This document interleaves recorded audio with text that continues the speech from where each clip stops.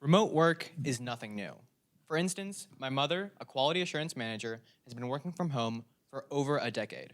But remote work is more mainstream than ever now, with the COVID pandemic totally redefining work norms.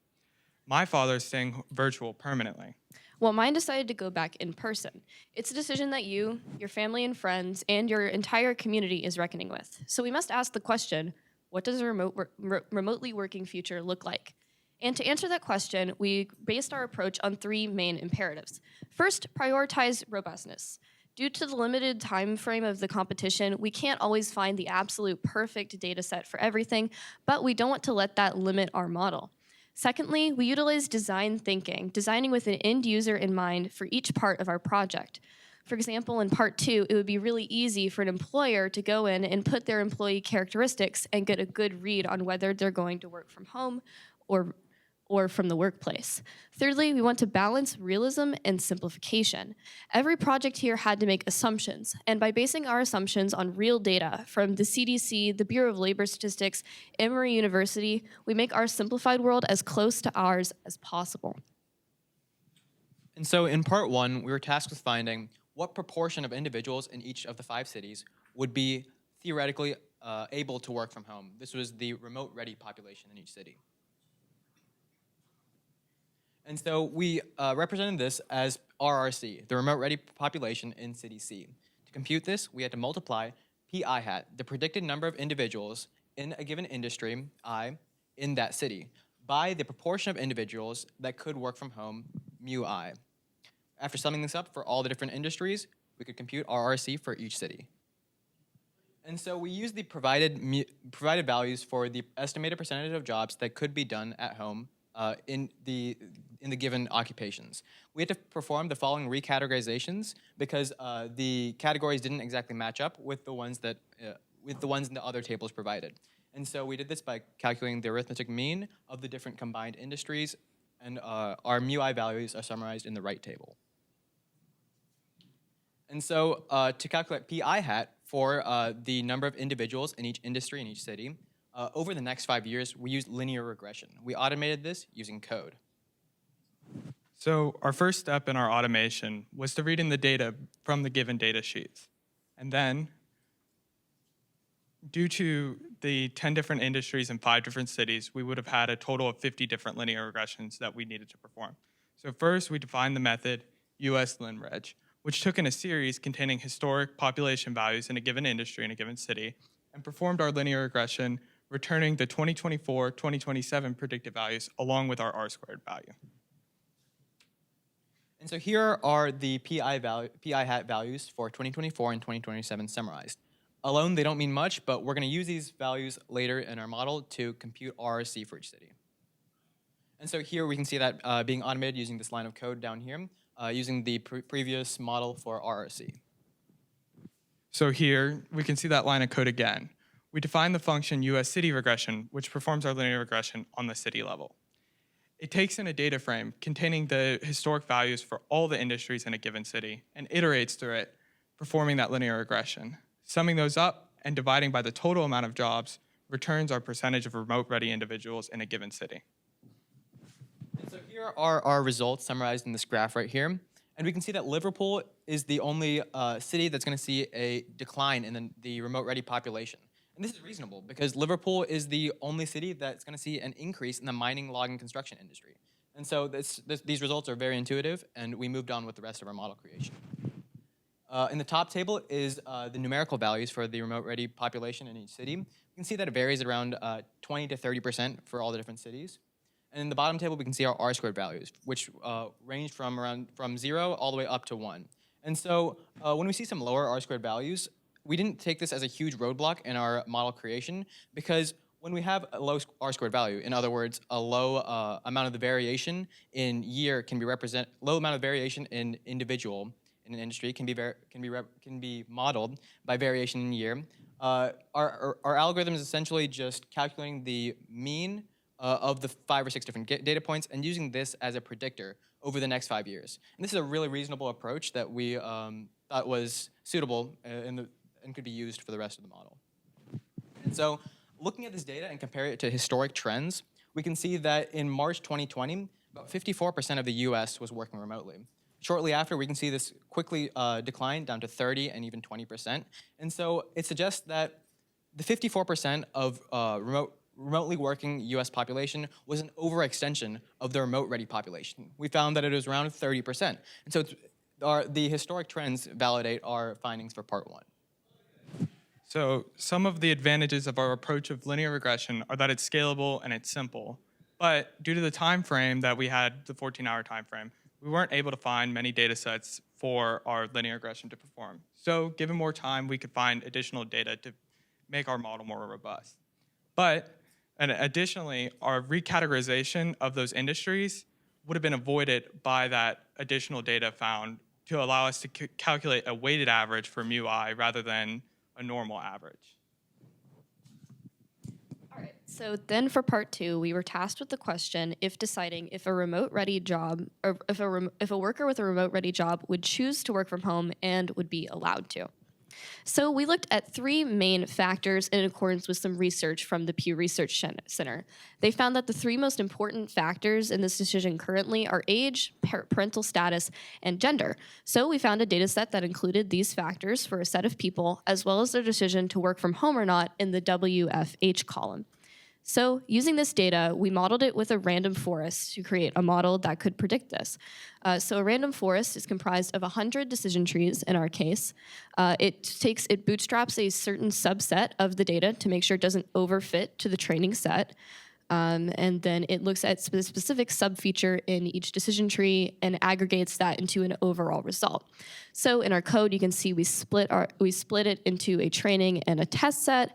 We run this random forest classifier using scikit-learn, and overall, we got a 74% accuracy. So 74% of the time, our model can accurately predict if a worker will choose to work from home or in the workplace.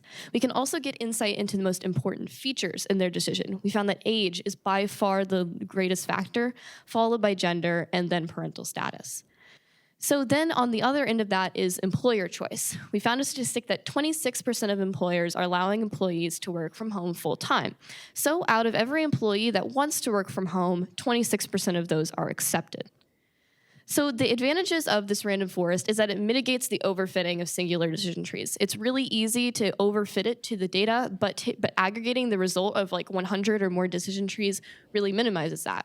We also get insight into the factors. We know what's important.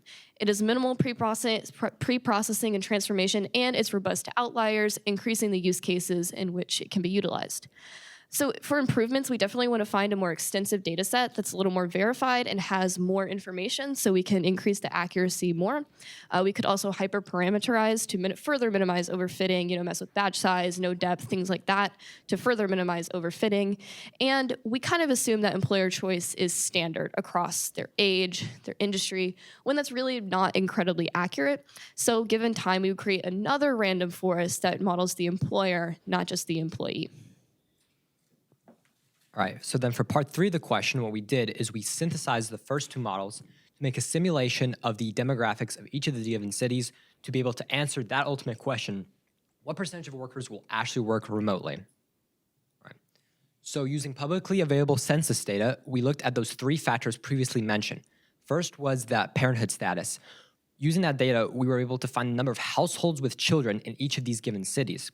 Using the statistic that about 31% of these households have one adult in them, we're able to take the weighted average and find that proportion for all of the cities that were given. And the results are displayed there. All right, next is the probability distributions for those ages. So looking at population pyramids, we turn those into probability distributions for those cities. And all of these cities have different demographics. The example here, Seattle, Washington, has a relatively young population. So we're also taking that in consideration with our model.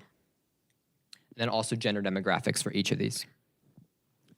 So to put these two models together, we first defined the function run model, which took in a CSV file containing randomly generated individuals and cleaned it up a little bit, and then predicted whether or not each one of them would have worked from home or not, returning our values. Then we defined the function simulation US city, which takes in the age distribution, the gender distribution, and the distribution of households with children in a given city. It creates random people, and using these random people uses our run model method to predict whether or not they would work from home or not, returning our result. And finally, the results analysis for this part. What we did is once we ran these numbers, we ranked them by the magnitude of change that remote work will have for each of these 5 cities. Once we got the results, we believe that ways we could improve it were these numbers seemed a bit lower than what we had expected. And the biggest likely contributing factor to this is the fact that we assumed employer and employee sentiment is independent, that you just multiply those two probabilities together, leading to those lower values. As previously mentioned, uniform sentiment across industries is not true. Oftentimes, different sectors have different emphasis on remote work. And so that with more data sets and more time, obviously this was a 14-hour time window, but with more data sets, we believe our model is very, we're able to adapt to more data sets and we could have more robust outcomes with our current methods. And as previously mentioned, compound probability is not realistic. And an example of that is employers may sometimes just tell their employees whether to work from home or not, or employees may, for personal reasons, simply ask to work from home. And so obviously when taking that into consideration, we believe these numbers could be higher. However, we believe this is a good jumping off point, and we could very well, with more data, increase the accuracy of our results. And so now, Alex's dad is faced with the same question as Ella and Donald's parents.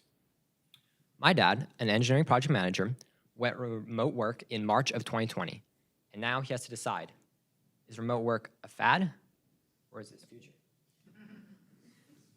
Thank you.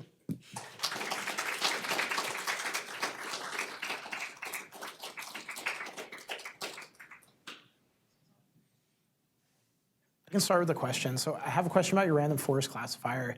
You reported that I think you got 74% accuracy, and I want to better understand that number. So if your data set had that 75% of people already preferred to work from home, you could get 75% accuracy just by always predicting everyone wants to work from home. So help me understand, like, is 74% good? Is it bad? What is that? How good did it do? So I think the industry standard is about 80% accuracy for a classifier like this. We fall a little bit short of that, but I think by finding a more extensive data set, and if we could hyper-parameterize like we planned with more time, we could get up to that number. So we did talk about how, random forest bootstrap to minimize overfitting to the specific data set. And that accuracy was retained for the random people, not just the people in the data set we trained and tested it on. So yeah. Okay, thanks. I wanted to ask a question about your Monte Carlo simulation in question 3. So when you simulated random people in the population, you did that with respect to age, gender, and child-rearing status. Did you assume that those were all independent variables? Yes, we did assume that they were all independent, and that was just a simplification of we didn't have enough data sets with the correlation, and so if we given more time, we could have made a more robust model, but they were completely independent. And so that's like what Alex mentioned, the compound probability, the simplifications we used are what drove our numbers to be a little lower than what we would have liked them to be. For instance, like you mentioned, someone who is, let's say, 60 years old isn't as likely to have kids, which is a huge factor in their decision to work from home or not. And so if we were to model the distributions of the individual new city a bit more accurately, not assuming that each factor is independent of each other, we would have seen much higher numbers. So I had a question about your solutions for the third question about impact. So I'm looking at your paper, and you defined it as the net magnitude change in the percentage of individuals working remotely. So did you think about any other ways to quantify the impact of a shift in remote work on a city and its operations? Maybe you didn't have enough time to do that, but you discussed it. Like, did you have any other ideas on that? One of the major challenges for us was being in a 4-person team. And so when it came down to the last couple of hours, we had a huge time crunch. And that's really one of the main factors that caused us to create this sort of simplification. I think that if we had more time, we would have analyzed whether increasing the number of the number of individuals that are working remotely versus decreasing, like Liverpool is going to see the decrease, would that be a bigger challenge or would it be a smaller challenge to the city if it were to see an increase? So that would definitely be something we'd explore. We definitely know that changes in the proportion of the population that work remotely do have a lot of implications for city administration. So like, for example, in our city of Huntsville, a ton of people moved here during COVID because they could work remotely and it's a pretty nice place to live. But as people come back to work, the roads are completely overwhelmed. So that's definitely when I think about infrastructure, transportation, and then certainly, the managerial style of a city, how accessible it is to people working in person versus virtually, civic duty and things like that are going to change.